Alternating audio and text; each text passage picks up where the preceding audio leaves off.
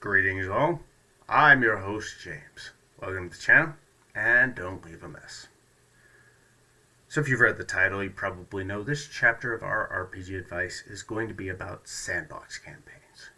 For those not in the know, sandbox campaigns are a type of game whereby the GM provides an open world for the players to explore, leaving it up to them how they want to proceed. A bit of trivia that I'm certain most of you veterans probably already know is that the Sandbox campaign is named after Lord Boxford Sandington, who famously rode the first half of the Oregon Trail before veering off to chase after a squirrel that stole his spectacles and ended up founding Canada. Now there's plenty of advice on building and preparing open-world sandbox games, particularly those based on exploration. I've linked a few of my favorite below. Not all sandboxing, however, is based solely on exploration, and I wanted to go over how to deal with some unique issues that occur in sandbox campaigns that might have less to do with figuring out which far corner of the map your players will be setting course for. The primary selling point and the primary source of problems for any such campaign is that the plot of the game, if there is one at all, can always be supplanted by the players with any old thing they feel like doing that session. Now, in the other videos I recommended, they go over how to deal with the unpredictability of where your players go. But I wanted to touch on the second most problematic aspect of this style of play. What happens when your players decide to undertake an activity you have no earthly idea how to adjudicate?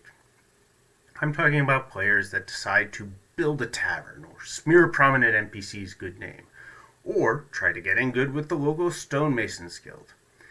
Even if the game master is knowledgeable enough to decide accurately the results of the character's actions, the idea that they'd be able to instantly grasp the impact these actions have on the world and how that world will react in an interesting way for each of these ever more esoteric endeavors embarked upon is just asking a bit much of most GM's on-the-spot creativity.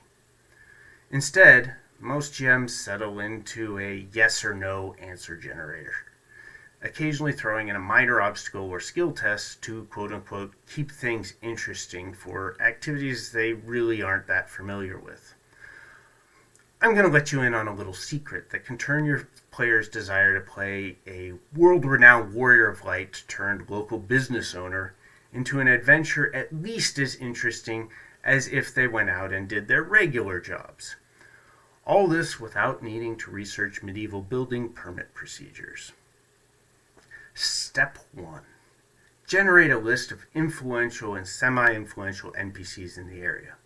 This should include people from all walks of life, and even a few non-people that could get involved in some of the stranger stuff your players might get up to.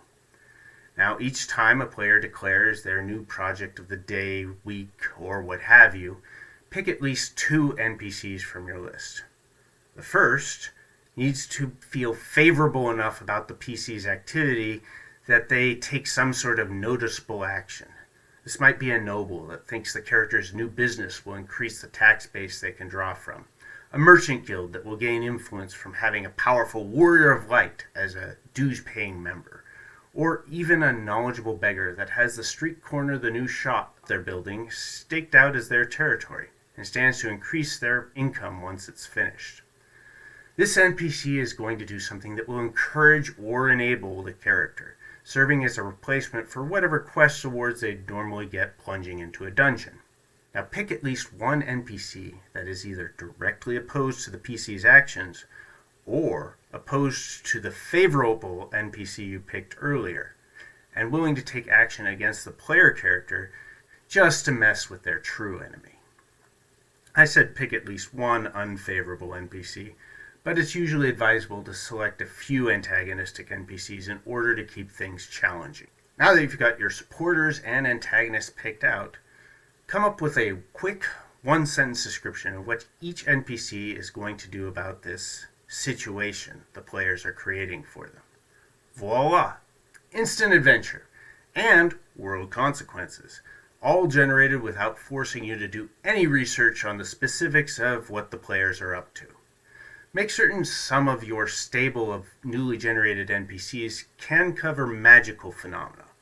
Wizards guilds, sages, ghosts, churches, spirits, sentient sewer monsters, and the like.